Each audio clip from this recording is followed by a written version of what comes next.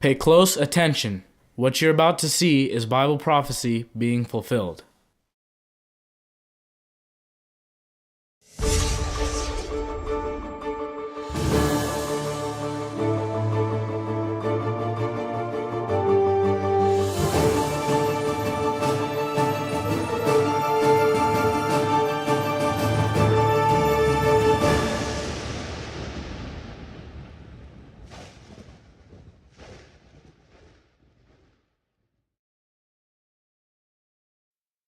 Welcome to another edition of YPN News, bringing you the news as it relates to Bible prophecy and foretold by Yeshua Hawkins. Well, in the news this week, Catan, we have wildfires burning out of control, uranium now being found in some water aquifers, Pope meeting with world leaders, and Yemen suffering as a result of war. Wow. Now, these are just some of the stories we have for you today, but first we're going to take a look at the punishing drought in California. Now, a new study out says the severe drought conditions in California will cost the state almost $3 billion this year alone. And it's the farmers who are paying the highest price. With nothing more important for their livelihood than water, the scarce resource is costing them big time.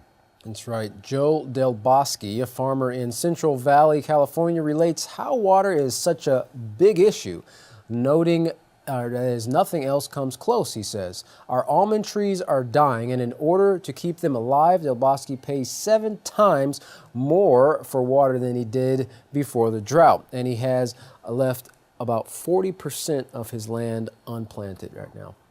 Well, the situation is truly desperate. If he doesn't have water next year, then his farm will stop operating. And his farm is not just an isolated case. Half of the nation's fruits, nuts, and vegetables are grown in Central Valley, but the drought is consuming the end product. The drought will cost California's agricultural economy $1.8 billion this year, and 10,000 seasonal workers will lose their job as a result of it. But that's not all. Over 500,000 acres will lay fallow this growing season. Well, farmers desperately continue pumping billions of gallons of water out of the ground every day, but that too is taking its toll on California. A new report from NASA shows the land is literally sinking up to 2 inches per month, causing concrete canals to buckle and bridges to sit close to the ground. All of this sinking has added up to the land dropping 10 feet in some places. Wow. Which might explain, Jeff, why so many farmers are actually feeling that they're under the sinking weight of this punishing drought. Well, as if the drought isn't bad enough, there are nearly 100 uncontrolled wildfires exploding out of control in the western U.S. Now, the fires are burning across 6 states. The U.S. military has been called to help. At least 100 troops have been deployed to Washington state. Now, this is the first time deployment of active duty soldiers to battle fires has taken place in 9 years. Yeah, must be pretty bad. In Chelan, Washington, at least 56,000 acres there have been destroyed, and more than 32 homes are gone as wildfires continue to move in multiple directions. What began as 5 small lightning fires merged into a mega blaze. In Washington state alone, nearly 3,000 were forced to flee the flames, and at least 1 person was killed. Now, fighting these fires isn't cheap. At a cost of $100 million a week, officials are saying at this rate, the money will run out next month. Oh, that's amazing. Well, researchers in Nebraska have now found high levels of uranium all around the Ogallala Aquifer. This particular aquifer is shared by both Nebraska and West Texas. Kerry Weber, assistant professor at the University of Nebraska-Lincoln, said 78% of groundwater wells in which had uranium concentrations above the maximum contamination limit have also had high nitrate concentrations. Scientists have known for years that uranium has a presence in the Ogallala Aquifer, but what's new is the possible connection between nitrates and fertilizers and the uranium. Well, Professor Kerry Weber explained the risk. Uranium above 30 micrograms per liter has been linked to kidney toxicity and bone toxicity. And there have been some studies that suggested that there may be an increased cancer risk as well with that uranium in the water. Researchers found uranium at unsafe levels in 10% of the sites they surveyed, some of which are in West Texas. If high concentrations of nitrates are known to be in your soil, it's recommended you get your water tested for uranium. Texas Tech University researcher Dr. David Weindorf has yet to see uranium in the soil he's tested in West Texas. Texas Tech scientists say that because uranium could get into our food supply, it's the responsibility of everyone drawing groundwater in West Texas to monitor what's in the water. Well, turning our attention over east, China is making headlines this week after allegations of having deliberately devalued their currency. Well, YPN's Larry McGee has our coverage on Beijing, trouble brewing for the U.S. currency, and tension on the Korean peninsula. Larry, is China really devaluing its own currency? Yes, according to analyst reports, the move to devalue the yen is being made by the Chinese government in a bid to stimulate the Chinese economy by making it cheaper and therefore easier to secure Chinese products. At the same time, the move is being seen as hostile to the interests of Western merchants who are striving to compete and to develop markets in the Asian nation, which is still attempting to rebound from its recent stock market crash, as opposed to the economic activities of the Red Dragon being disassociated from the health of the global economy. Analysts are quick to point out that Chinese consumers represent 44% of iPhone sales and 79% of Buick sales. The latest maneuver by the Asian giant is therefore producing significant concern with respect to both of those two companies, but its impact extends further yet, destabilizing everything from coal and cotton to wheat and the all-important commodity of oil. The value of the U.S. dollar has been intimately connected with oil for quite some time, and this week, Secretary of State John Kerry offered words of caution to an audience of businessmen, warning that the mishandling of the conflict over the Obama administration's recent deal with Iran could lead to the U.S. dollar being eliminated as the world's reserve currency. According to Secretary Kerry, if the U.S. walks away from the Iranian deal at this point and yet still try to enforce sanctions against Iran, that sort of behavior would isolate America and deprive it of the international support it would need in the event that it decided to take military action. The militaries of South and North Korea are once again baring their fangs after a skirmish this week between the two neighbors took place over loudspeakers. The North Korean military fired artillery rounds at a South Korean sound system, which it says was broadcasting anti-government propaganda.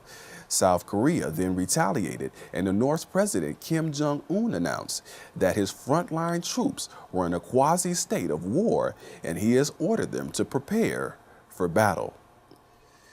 For YPN News, I'm Larry McGee. Katan Jeff, back to you.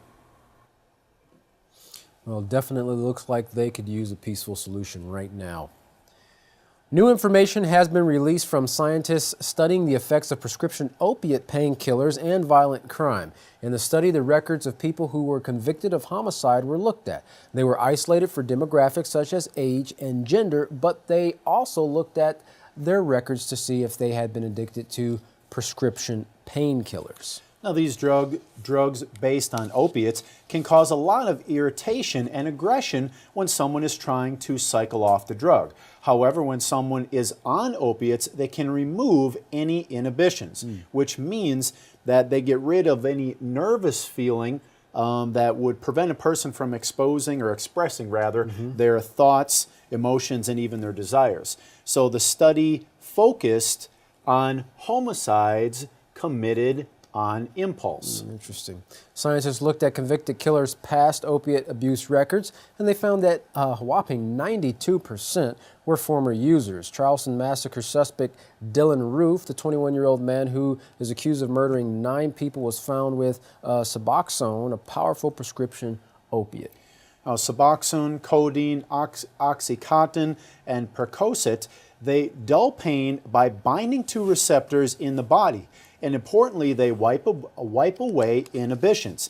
Now, users of some of these drugs have reported they gave them a super euphoria feeling, when they and actually where they felt invincible, which Catan, the study indicates could be this problem that they're having. Sure, it takes away a person's sense of reasoning to make right choices.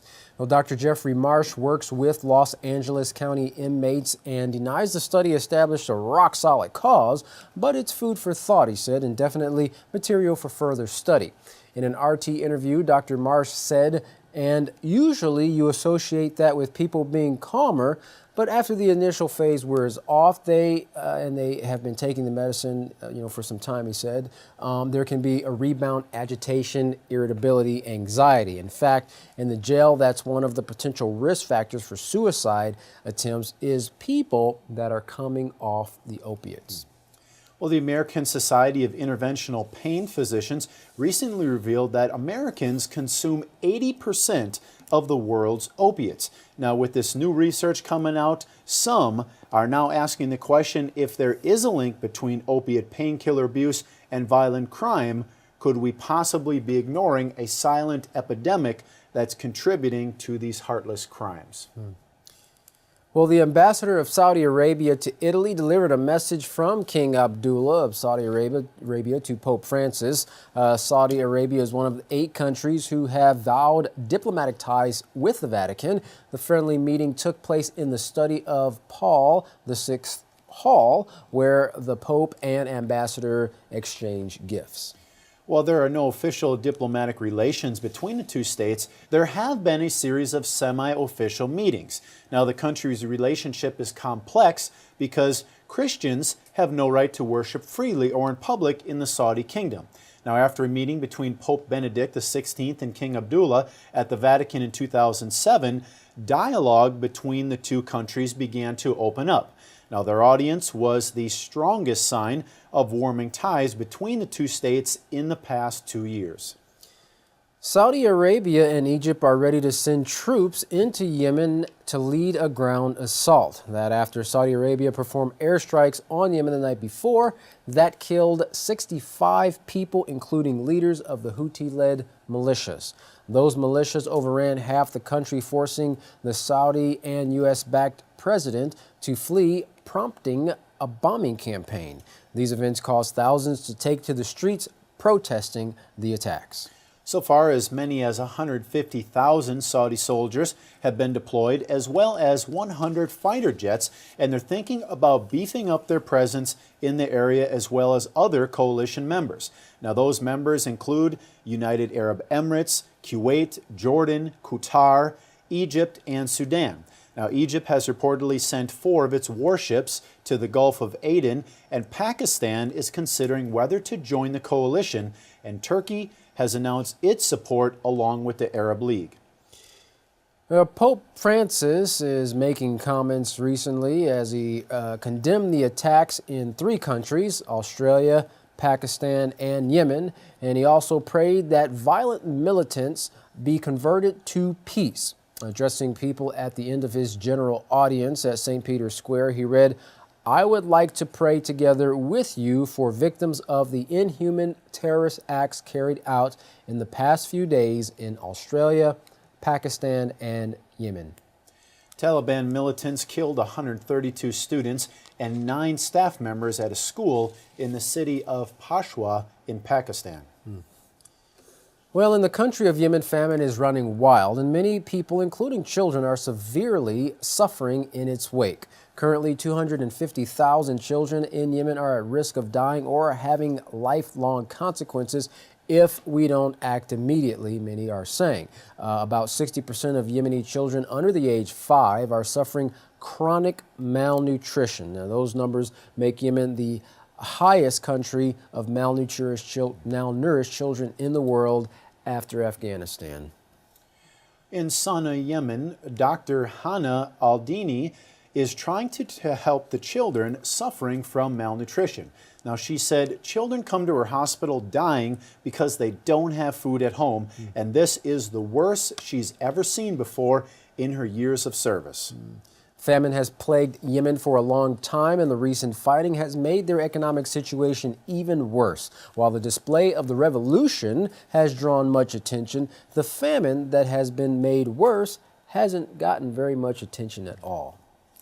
Jeremy Hopkins of UNICEF said, "We have high malnutrition rates in some parts of this country, up to 30%, and that's very serious and certainly comparable to Somalia.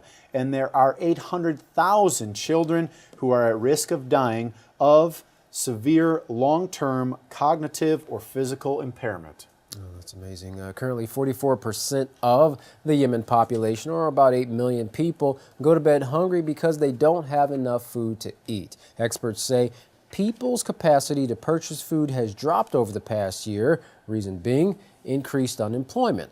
Well, that along with more people unable to engage in agriculture and fishing because reduced electricity and increased fuel prices are hitting them very, very hard.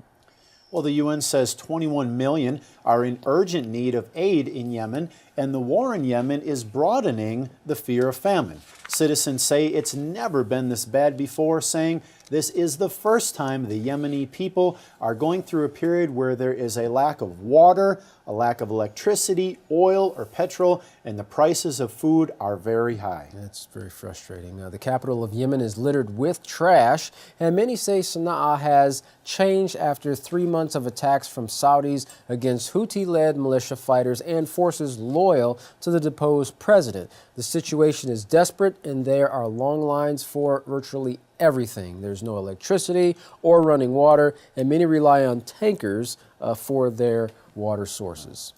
Fuel is also difficult to get, and motorists wait hours in the sun just to get a refill.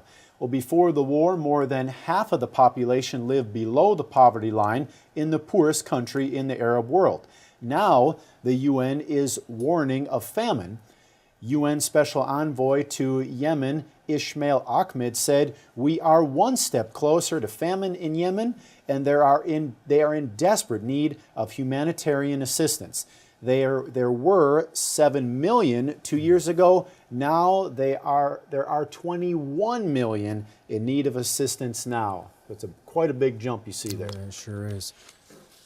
Well, the King of Bahrain met with Pope Francis, and he was dressed in his traditional attire, and his sword was tucked in his waistband. They met at the Vatican's Apostolic Palace. The two held a 27-minute meeting talking about peace and stability in the Middle East, and also the contribution of Christians in the country, which make up about 10% of the population there.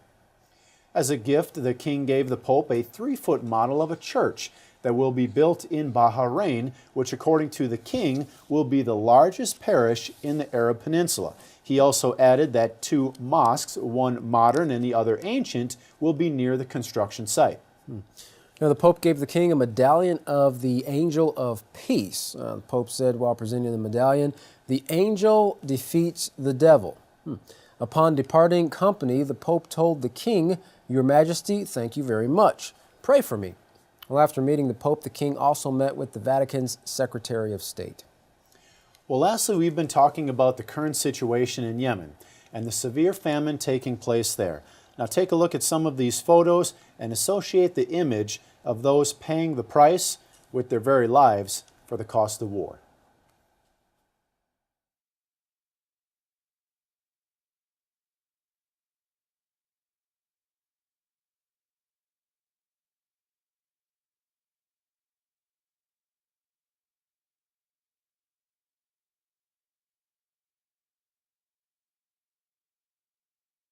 Very sad. Well, if these images, along with the reports, have you wondering where our world is going to be in the next few months, you can find out what you and your family could do to prevent from suffering these things yourself and to help to make the future and the future of your children much brighter and much safer. To find out what you can do, you can contact the House of Yahweh, and when you do, don't forget to request your free copies of the monthly newsletter and the Prophetic Word magazine. Here's what you can do. Well, to contact the House of Yahweh, you can write them at the House of Yahweh, P.O. Box 2498, Abilene, Texas 79604. You can call them at 1-800-613-9494. Visit them on any of their websites, www.yahweh.com, www.yisraelhawkins.com, or www.yahwehsbranch.com. You can also check out our new website, www.ypnnews.com. And to email the House of Yahweh, send your emails to info@yahweh.com. Now, for any calls outside the United States, please call the number on your screen.